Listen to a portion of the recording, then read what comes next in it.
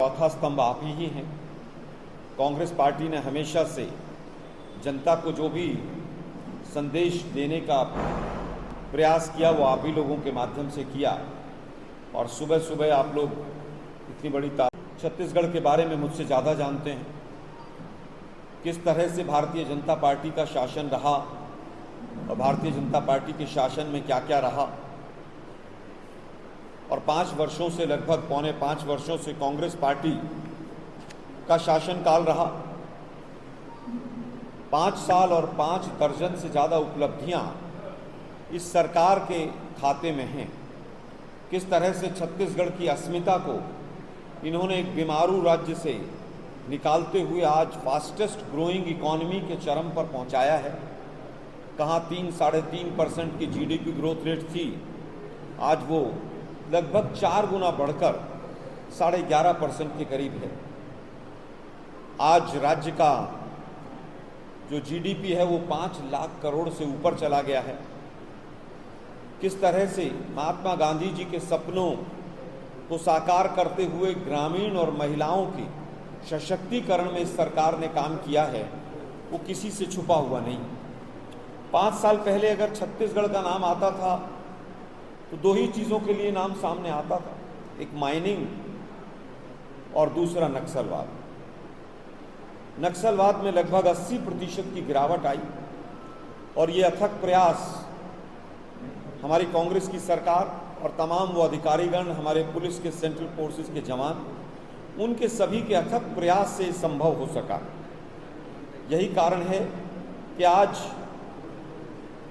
नक्सली क्षेत्र जहां पर ज़्यादा प्रभाव था वहां पर भी 400 से ज़्यादा हमने स्कूल खोले। जिन क्षेत्रों में स्कूल बंद होते थे आज उन क्षेत्रों में हमने स्कूल खोलने का काम किया। हमारा चाहे लिटरेसी रेट हो, चाहे नए कॉलेजों की बात हो, चाहे वो मेडिकल हेल्थ की बात हो, हर क्षेत्र में इस सरकार ने पूरी तरह से काम किया। पिछली सरकार में घोटालों की एक लंबी लिस्ट थी, 34 घोटाले यहाँ पर आए। नान घोटाला, शराब घोटाला, आँख फोड़वा घोटाला, विज्ञान उपकरण घोटाला, स्वास्थ्य घोटाला, तमाम तरह के घोटाले पूरे प्रदेश में गूंजते रहते थे। जिस तरह से नान घोटाले में टनों चावल जो है वो स्कूटर पर ढो दिया गया और जब जांच शुरू होने की बात आई तो हाई कोर्ट से स्टे लेकर बैठ गए भाजपा के नेता। ये पूरा प्रकरण आप लोग मुझसे बेहतर जानते हैं, किस तरह से बारदाना लूटता था, किस तरह से चिटफंड का घोटाला हुआ, किस तरह से पनामा लिंक्स के पेपर सामने आए और उसमें कौन कौन लोग इन्वॉल्व रहे। ये भी चीज़ आपसे किसी से कोई चीज़ छुपी हुई नहीं। ये राज्य लगभग 22% बेरोजगारी दर के हाईएस्ट लेवल पर खड़ा हुआ था। जिस समय पर हमारी सरकार 2018 में आई उस समय ये पलायन वाला राज्य माना जाता था कि यहाँ से मजदूर पलायन करते हैं, यहाँ पर काम नहीं मिलता है, यहाँ से बच्चे पढ़ने के लिए इंदौर जाते हैं, पलायन वाला राज्य माना जाता था। लेकिन इस सरकार की तमाम नीतियाँ ऐसी रही जिसकी वजह से पलायन भी रुका, शिक्षा का स्तर भी अच्छा हुआ और यहीं पर रोजगार सृजन भी हुआ। केवल रोजगार सृजन या केवल हवाई विकास नहीं हुआ, जो छत्तीसगढ़िया अस्मिता थी, चाहे वो कर्मा योजना हो, तीजा पोरा हो, बोरे पासी हो, तमाम चीज़ों को किस तरह से यहाँ के बासी भोजन की भी फोटो जो हैं विदेशों से आनी शुरू हुई और छत्तीसगढ़िया जो अस्मिता है वो कहीं ना कहीं पूरी तरह से सरकार ने उसको जगाने, उसको आगे बढ़ाने का काम किया।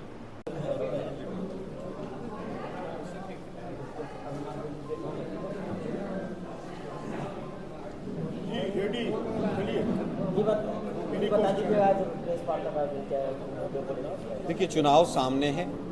हमने 5 वर्षों तक जनता के उत्थान के लिए, जनता के विकास के लिए, छत्तीसगढ़ की विकास के लिए, छत्तीसगढ़ की अस्मिता के लिए हमारी सरकार ने काम किया है और उसी काम के आधार पर आज हम जनता के बीच में मीडिया के माध्यम से इस प्रेस वार्ता के माध्यम से आए हैं कि जनता का आशीर्वाद, इस सरगुजा का आशीर्वाद, अंबिकापुर का आशीर्वाद, छत्तीसगढ़ का आशीर्वाद हमें मिले।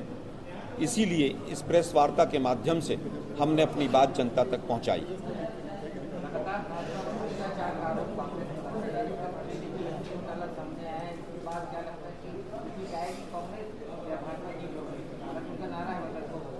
देखिए, मुझे लगता है बीजेपी को आरोप लगाने का कोई नैतिक अधिकार नहीं है।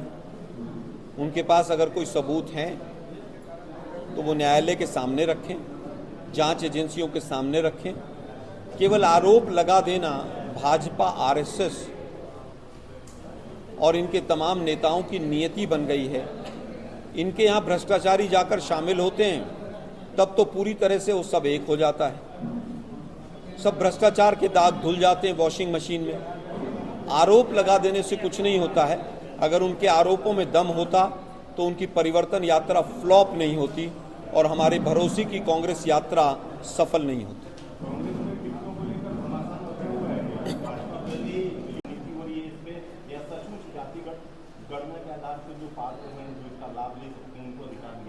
देखिए, दो चीज़ें बिल्कुल अलग अलग हैं। एक हमारी नीति है कांग्रेस की, माने राहुल गांधी जी की नीति है, खड़गे साहब की नीति है। वो नीति ये कहती है कि सामाजिक उत्थान हो। अगर आपके पास आंकड़े होंगे तो आप नीतियां सही बना पाओगे। और एक तरफ दूसरी नीति है जो केवल राजनीति से प्रेरित है, और वो है महिला आरक्षण की, कि महिला आरक्षण 9.5 साल तक तो इस सरकार पकौड़े तलती रही। 9.5 साल में महिला आरक्षण याद नहीं आया। हम तो कह रहे हैं जातिगत सर्वेक्षण से पहले रिजर्वेशन दीजिए, जो बेनिफिट हो सकता है वो दीजिए। महिला आरक्षण में कब लागू होगा, कब सेंसस होगा, कब उसके बाद डिलिमिटेशन होगा? 10 साल लगेंगे, 5 साल लगेंगे, 12 साल लगेंगे, लेकिन झुनझुना महिला आरक्षण का मोदी जी ने अभी से दे दिया। मुझे लगता है कि महिला आरक्षण के नाम पर राजनीति अगर कोई कर रहा है तो वो केंद्र की सरकार कर रही है, और उसके बावजूद हमने समर्थन दिया कि चलिए कोई बात नहीं, आप कीजिए तो सही, आप मैदान में तो आइए। आपके तो 4-6 महीने हैं, लागू तो हमें ही करना है। हमारी सरकार आएगी, हम लागू करेंगे। जातिगत सर्वेक्षण 2011 से दबाकर बैठे हुए हैं। अब 6 महीने के बाद हम उन आंकड़ों को भी आगे बढ़ाएंगे, और जो 2021 का सेंसस मोदी जी की विफलताओं के कारण नहीं हो पाया, हम सेंसस भी कराएंगे, डिलिमिटेशन भी होगा, महिलाओं को आरक्षण भी मिलेगा, जातिगत जनगणना भी होगी, और देश का समग्र विकास होगा। इशारों में आपने कह दिया कि आने वाले दिनों में केंद्र में आपकी सरकार बनेगी। प्रदेश में जो स्थिति भाजपा की है, देश में उसी तरह की स्थिति में कांग्रेस है। कैसे आप सरकार बना पाएंगे? क्या इंडिया का जो फॉर्मूला है वो काम करेगा? कि मुझे लगता है 2014 के बाद के अगर मोदी जी और उनकी सरकार के मंत्री अपने ही भाषण उठा के देख लें तो वही कह देंगे कि इंडिया गठबंधन आ जाएगा। जितना झूठ देश को परोसा है इन्होंने, जिस तरह से विद्वेष में पूरे देश को बांट दिया है, केवल और केवल 80-20 की राजनीति की है। मणिपुर जल रहा है और ये विदेशों में जाकर चुनाव प्रचार कर रहे हैं। महंगाई चरम पर है, बेरोजगारी चरम पर है, विकास के नाम पर केवल जुमले हैं। देश की जनता समझ चुकी है। इस बार का चुनाव केंद्र की सरकार और जनता के बीच में होगा। इंडिया गठबंधन केवल माध्यम बनेगा, और हमें पूरा भरोसा है कि देश की जनता इस बार झूठे के सरदार को वापस ताज नहीं देगी। उनका काम ही है कि किस तरह से विभाजन पैदा किया जाए। उनको स्वयं नहीं पता। उनसे मैं कहूँगा कि संविधान का जो प्रेम्बल है उसको पढ़ें, और फिर उसके बाद आकर मीडिया में इस तरह की बातें कहें। इतना ज़रूर है कि इंडिया गठबंधन से पूरी भाजपा पूरी तरह से घबराई हुई है। तभी एनडीए की बैठक होती है, और तभी इंडिया गठबंधन जो एक देश के प्रबुद्ध राजनीतिक दलों का समूह है, उसकी तुलना देश के प्रधानमंत्री अपने स्तर को गिराते हुए एक आतंकी संगठन से करते हैं। मानसिक तौर पर इंडिया गठबंधन से बीजेपी मानसिक तौर पर डिस्टर्ब हो गई। मुझे लगता है कल भूपेश बघेल जी ने स्वयं ही कह दिया है कि विधायक, हाईकमान, पूरी कांग्रेस पार्टी मिलकर तय करेगी। लेकिन चुनाव हम भूपेश बघेल जी की चेहरे पर इसलिए लड़ेंगे कि 5 साल वो जनता के बीच में रहें। जनता के बीच में उनका चेहरा रहा है। बीजेपी की तरह शिवराज सिंह चौहान का टिकट हम कटते हुए देख रहे हैं। 18 साल तक उनके नाम पर चेहरे पर चुनाव लड़ा गया। आज जब विफल हो गए तो उनका चेहरा पीछे कर दिया। कांग्रेस पार्टी ऐसा नहीं करती। कांग्रेस पार्टी सामूहिक नेतृत्व के साथ चुनाव लड़ती है। वो हमारे मुख्यमंत्री हैं, उनके चेहरे पर चुनाव लड़ा जाएगा। जनता आकलन उनके चेहरे का करेगी। कौन अगला मुख्यमंत्री होगा इसके बारे में विधायक हैं, हाईकमान हैं, भूपेश बघेल जी हैं, टीएस सिंहदेव साहब हैं, ये सब बैठ कर तय करेंगे। आगे मुख्यमंत्री बदल सकते हैं। 2.5 साल का क्योंकि मैंने इस बार भी होगा क्या? नहीं, ना पहले कभी कोई 2.5 साल का फार्मूला था, ना अभी कोई 2.5 साल के फार्मूले की बात है। अभी हम जनता के लिए, जनता के बीच में आशीर्वाद लेने आए हैं। जनता आशीर्वाद देगी। आशीर्वाद कांग्रेस पार्टी को मिलने जा रहा है, ऐसा प्रतीत हो रहा है। आगे मुख्यमंत्री बदल सकते हैं। 2.5 साल में बहुत बात हो चुका है। देखिए, मुझे लगता है कि ये सवाल बेहतर रहेगा आप बाबा साहब से पूछेंगे तो अच्छा रहेगा। बात वो उनसे की है। बहुत हो गया बात, बहुत हो गया बात, बहुत हो गया। Thank you. हम तो चाहेंगे कोई पत्रकार भी इस राज्य का मुख्यमंत्री बने। जरूर देंगे, मांगिए तो सही, मांगिए, हम जरूर मदद करेंगे। मैं पर्सनल लेवल पे मदद करूंगा। मैंने कहा, भूपेश बघेल जी के चेहरे के ऊपर ही हम चुनाव लड़ रहे हैं। आने वाला कौन मुख्यमंत्री होगा, तमाम विधायक, स्वयं भूपेश बघेल जी, टीएस सिंहदेव बाबा जी, हाई कमान और पूरी कांग्रेस पार्टी बैठकर तय करेगी।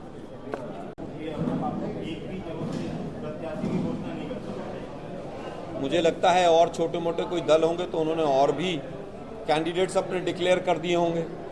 इसमें कहीं कोई दो राय नहीं है, इसमें कोई दो राय नहीं है कि कांग्रेस के अंदर टिकटों के लिए ज़्यादा से ज़्यादा आवेदन आए हैं। एक एक सीट पर 50-50 लोगों ने आवेदन दिया और इतने आवेदन आना और आपस में एक सकारात्मक प्रतियोगिता होना, ये बताता है कि हमारी सरकार ने काम किया है और हमारी सरकार वापस बनने आ रही है। भाजपा में मांगने वाले कोई नहीं है और भाजपा की हालत ये है कि उनके तमाम सांसद डर के, मैं फिर रिपीट कर रहा हूँ, डर के दुबक के बैठे हुए हैं कि कहीं कैलाश विजयवर्गीय की तरह जबरदस्ती उनको भी टिकट न थमा दिया जाए। सांसद डर के और दुबक के बैठे हुए हैं कि जबरदस्ती उनको विधायक न लड़वा दिया जाए। बीजेपी ने हार मान ली है। हार मानने के कारण ही ये तमाम तरह के शगुफे छोड़े गए हैं। मध्य प्रदेश से लेकर यहाँ से लेकर ध्यान भटकाने के लिए हमारे यहाँ पर प्रतियोगिता है टिकटों में, इसमें कोई दो राय नहीं है। और प्रतियोगिता इसलिए है कि जनता का भरोसा है, हमारी सरकार आ रही है। ब्रिजमोहन जी वही हैं जो मोदी जी से जिन्होंने चांटा वाटा मार दिया था, वही चांटा वाटा ही मार दिया था, सुना है कुछ ऐसा भी कुछ हुआ था क्या? वही है क्या ये ब्रिजमोहन जी? कुछ साल पहले क्या जवाब दें उनका? केबल के नीचे छिपे हुए तो मोदी जी चुनाव के समय। और कोई प्रश्न?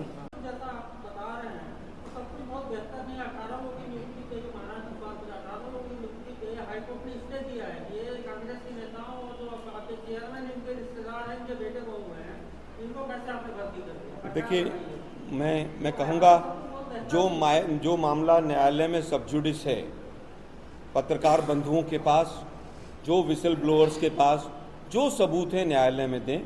न्यायालय जो कार्रवाई करेगा, सरकार किसी को नहीं बचाएगी। अगर कोई दोषी कांग्रेसी भी होगा तो उसको भी हम बचाने का प्रयास व्यापम की तरह नहीं करेंगे।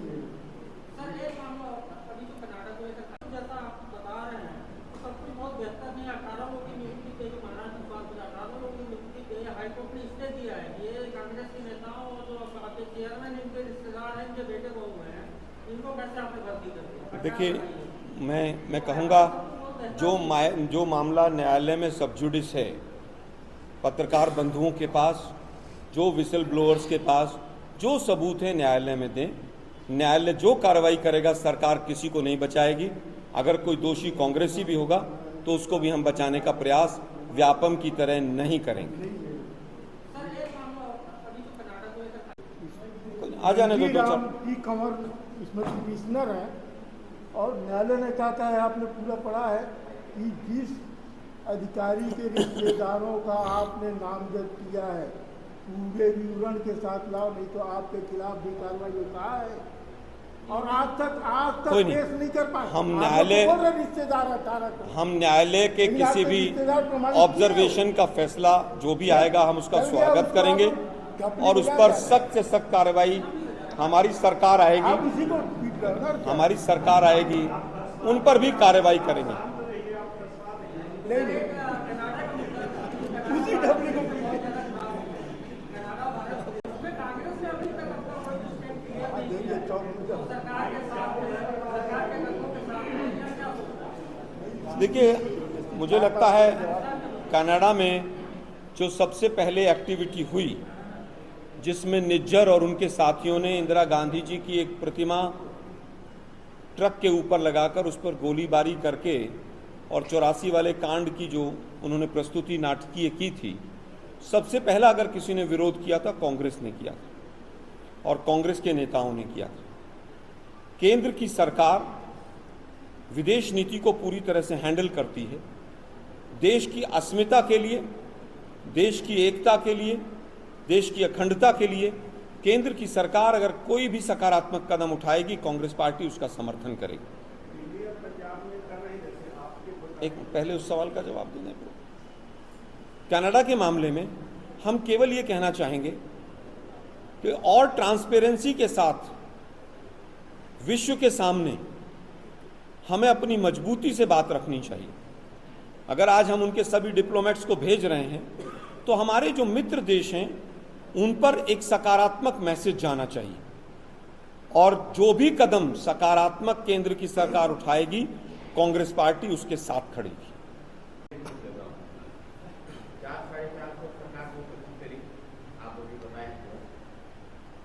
इस बीच में कोयला का मामला आया, कई अधिकारी जो सीएम से रिलेटेड थे, नजदीकी थे, वो जेल करे थे। कई अधिकारी को भी आरोप है, कई पकड़े जाएंगे, हल्ला है। इस बीच में पीएससी घोटाला आ गया। इन सारी चीज़ों से जो छत्तीसगढ़ में अच्छी एक सरकार चल रही थी, तो आप मॉडल बता रहे हैं, उस सरकार को इस बात पे भट्टा लगा है, ये मानते हैं कि नहीं आप? और एक चुनाव के समय जो पीएससी का जो मामला आया, इसको आप क्या मानते हैं? क्योंकि भाजपा को बहुत बड़ा एक मौका मिल गया, भाजपा एकदम बैकफुट में थी, लेकिन आपकी सरकार ने ही मौका दिया बीजेपी को। क्या आप क्या मानते हैं? देखिए, मुझे लगता है विपक्ष का काम आरोप लगाना है। उन्होंने आरोप लगाए हैं और हम उनका जनता के बीच में जाकर जवाब भी देंगे। विपक्ष अगर न्यायालय में जाएगा तो न्यायालय में भी जवाब दिया जाएगा।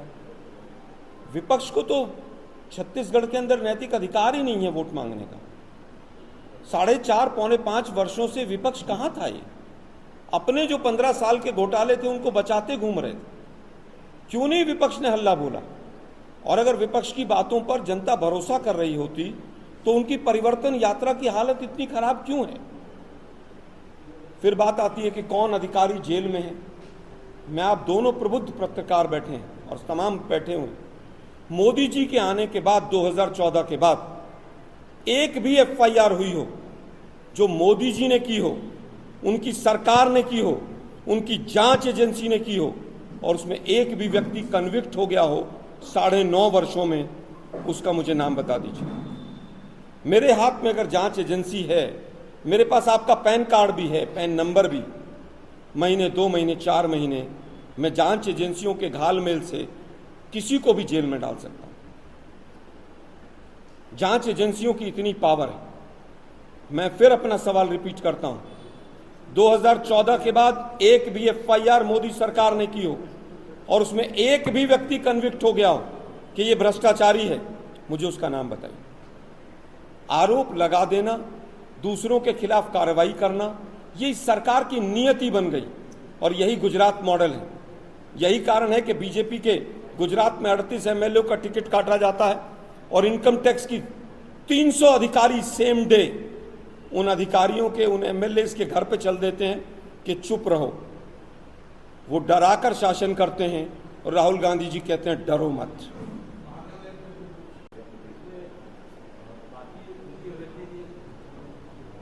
अभिव्यक्ति से तात्पर्य ये नहीं होना चाहिए कि आप सरकार की स्तुति करें, आप सरकारों के चरण चुंबक हो जाएं, आप सरकार के चरणों में लेटकर हिंदुस्तान के समाज को हिंदू मुसलमान में बांट दें।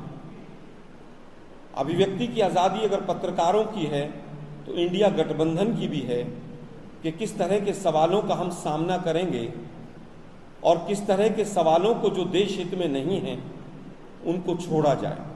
आप सुबह से शाम तक अगर उन पत्रकारों के हमने पूरा एनालिसिस किया, 100 शो उनके उठाकर देखे गए, केवल हिंदू मुसलमान और केवल भाजपा की स्तुति करना अगर उनका काम है तो वो पत्रकारिता और अभिव्यक्ति नहीं है, वो चाटुकारिता है, वो भाटपना है, वो चरण चुंबकता है। और ये निर्णय करना इंडिया गठबंधन के भी हित में है और देश के भी हित में।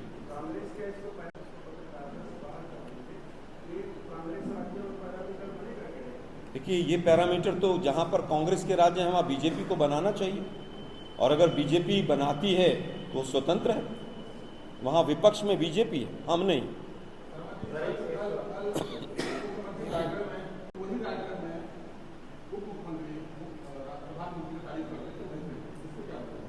कि मैं तो छत्तीसगढ़ से नहीं हूं, लेकिन जब से मैं छत्तीसगढ़ आया हूं मुझे तो छत्तीसगढ़ का एक सबसे बड़ा गुण नज़र आया है कि अतिथि देवो भव, और हम अपने घर आए हुए किसी व्यक्ति, अपने मंच पर आए हुए किसी व्यक्ति की आलोचना नहीं करते हैं।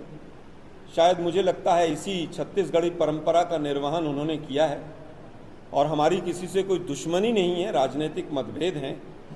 यही राजा साहब, यही डिप्टी सीएम साहब तमाम भाषणों में बीजेपी की जितनी कमियां हैं उनको भी उजागर करते हैं। मैं समझता हूं समग्रता से दोनों चीज़ों को देखा जाना चाहिए।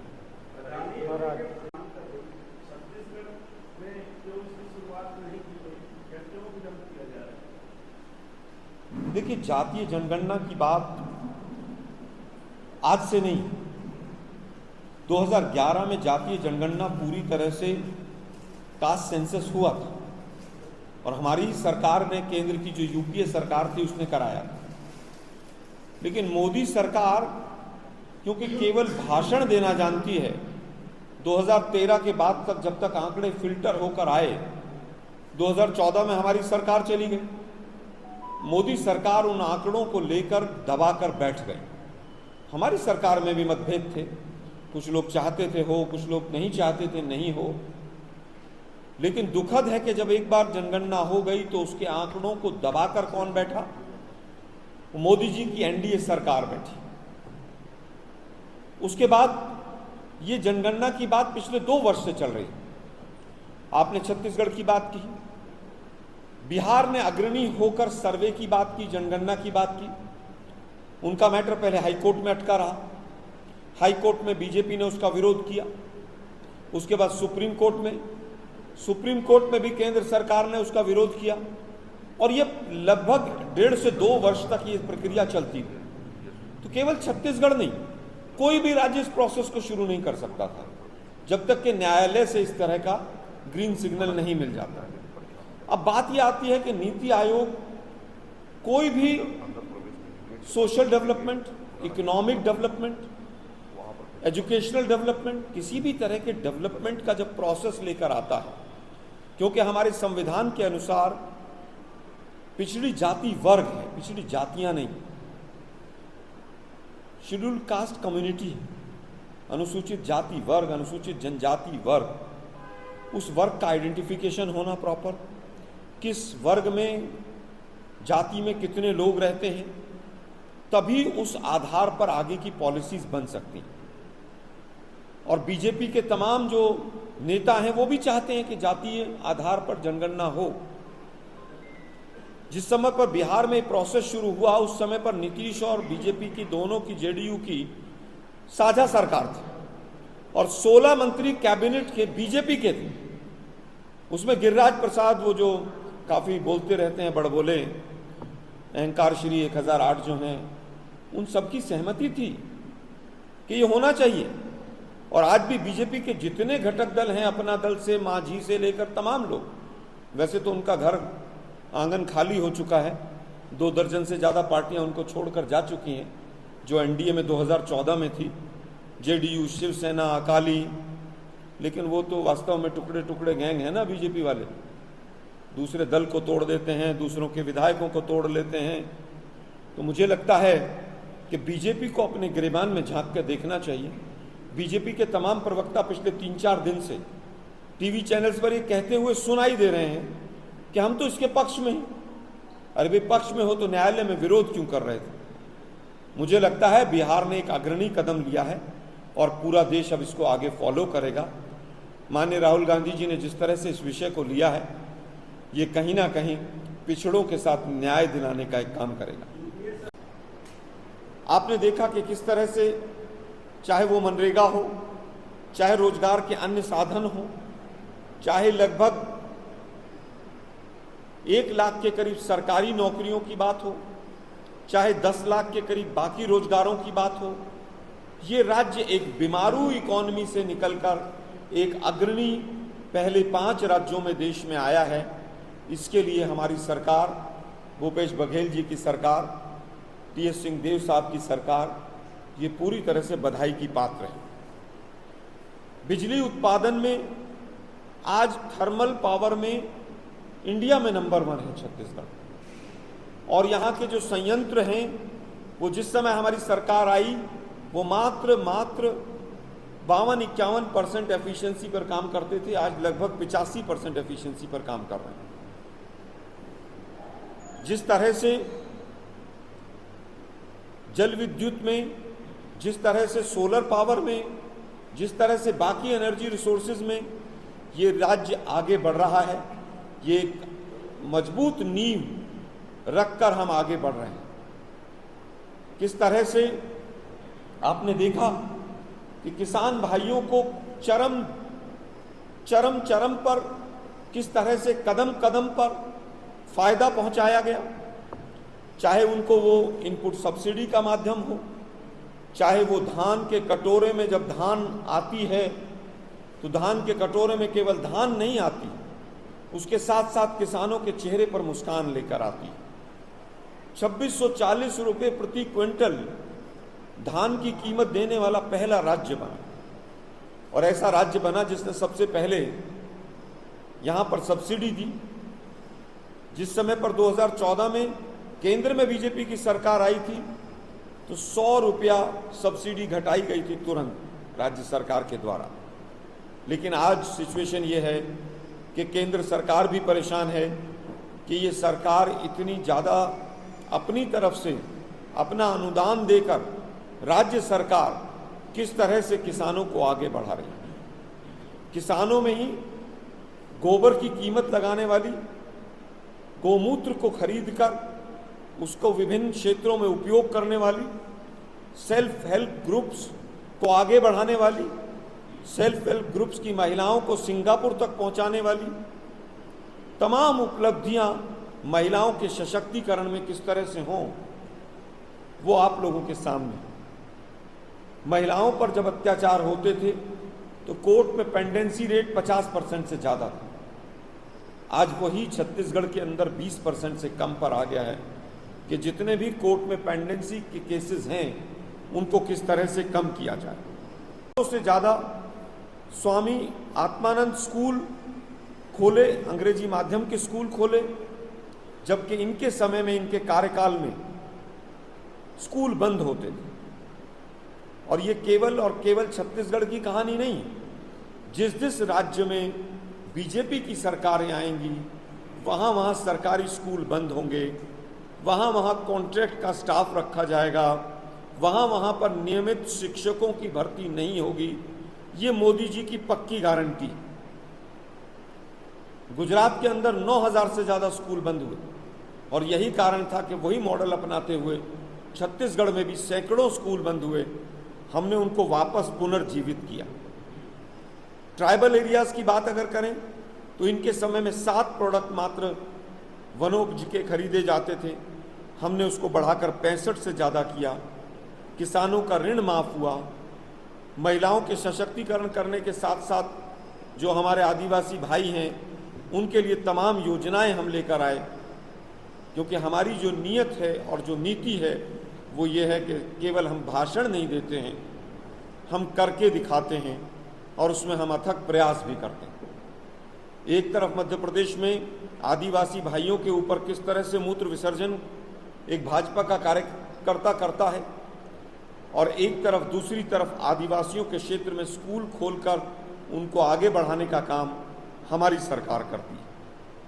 किसानों के मामले में भी पीडीएस सिस्टम में पीयूष गोयल जी ने कहा हम आपका धान नहीं लेंगे। हमने कहा चाहे आप लें चाहे नहीं लें, और हमने राजीव गांधी किसान न्याय योजना शुरू करके और उसमें 9,000 से 10,000 रुपया प्रति वर्ष प्रति एकड़ लगभग 27 लाख किसानों को हमने उसका फायदा पहुंचाने का प्रयास किया।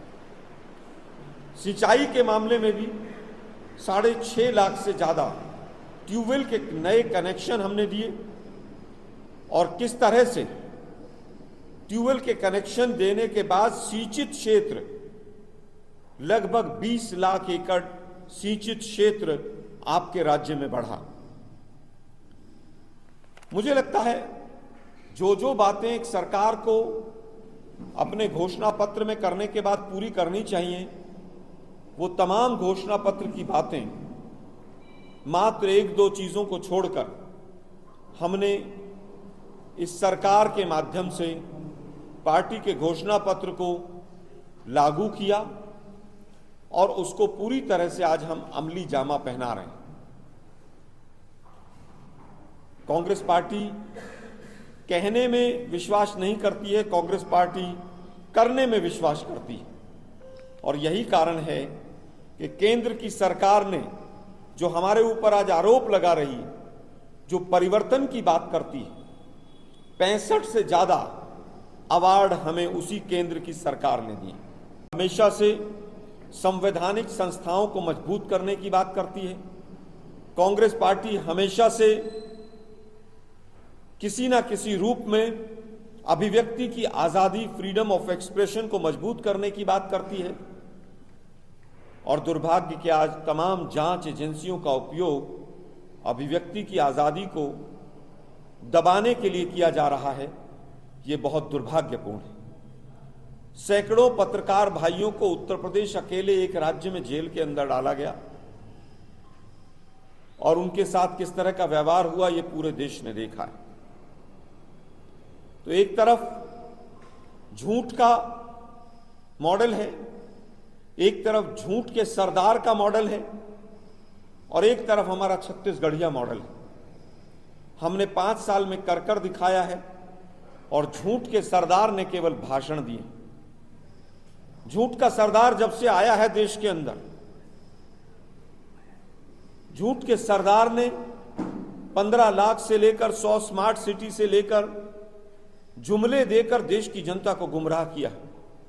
4.5 साल तक वो झूठ बोलते हैं, लोगों को गुमराह करते हैं, विकास की खोखली बातें करते हैं।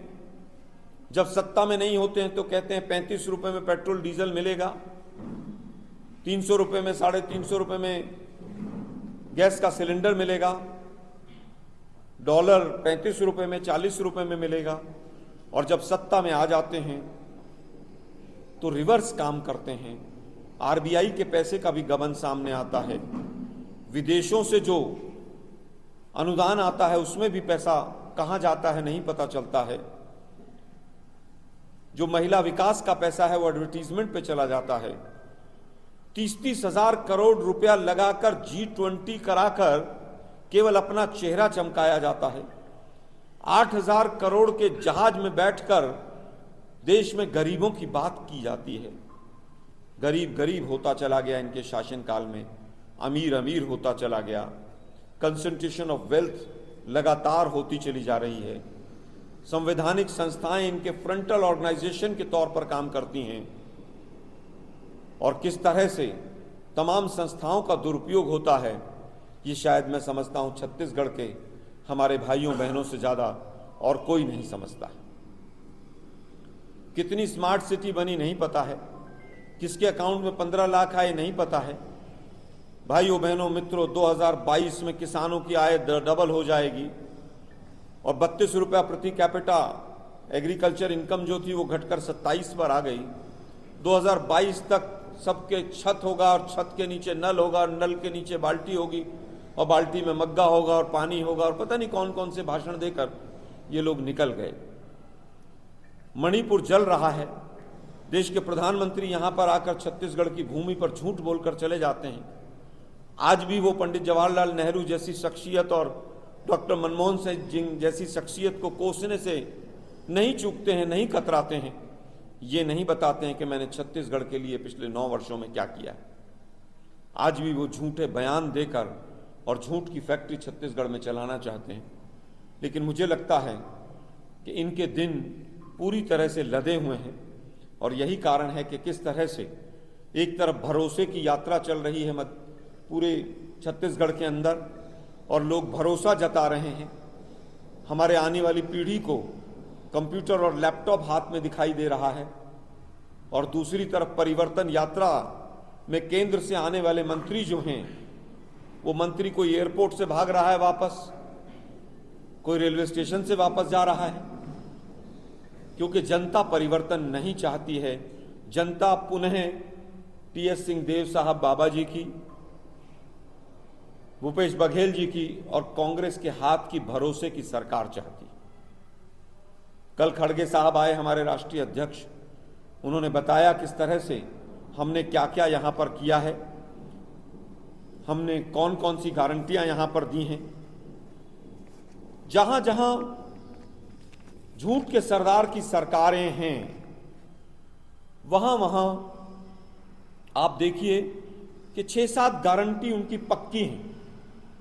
सबसे पहली झूठ की गारंटी कि उनका एक छोटे से कार्यकर्ता से लेकर टॉप क्लास तक फेक न्यूज चलाएगा, झूठ चलाएगा, संसद को गुमराह करेंगे, न्यायालयों को गुमराह करेंगे, झूठे एफिडेविट देंगे, एफिडेविट में बदलाव करेंगे। झूठ उनका मूल आधार है। सत्ता हथियाने के लिए सबसे पहला कदम उनका झूठ है। उसके बाद जनता को सताएंगे, चाहे वो महंगाई हो, चाहे बेरोजगारी हो, चाहे वो टैक्स हो, चाहे व्यापारियों का पलायन हो, चाहे वो कोरोना में जनता की सताहट हो, चाहे वो मजदूरों का कोरोना का वो काल याद होगा आप लोगों को। जब जब इनकी सरकार, जहां जहां इनकी सरकार होगी, वहां वहां जनता को सताने का काम करेंगे। दूसरी गारंटी इनकी ये है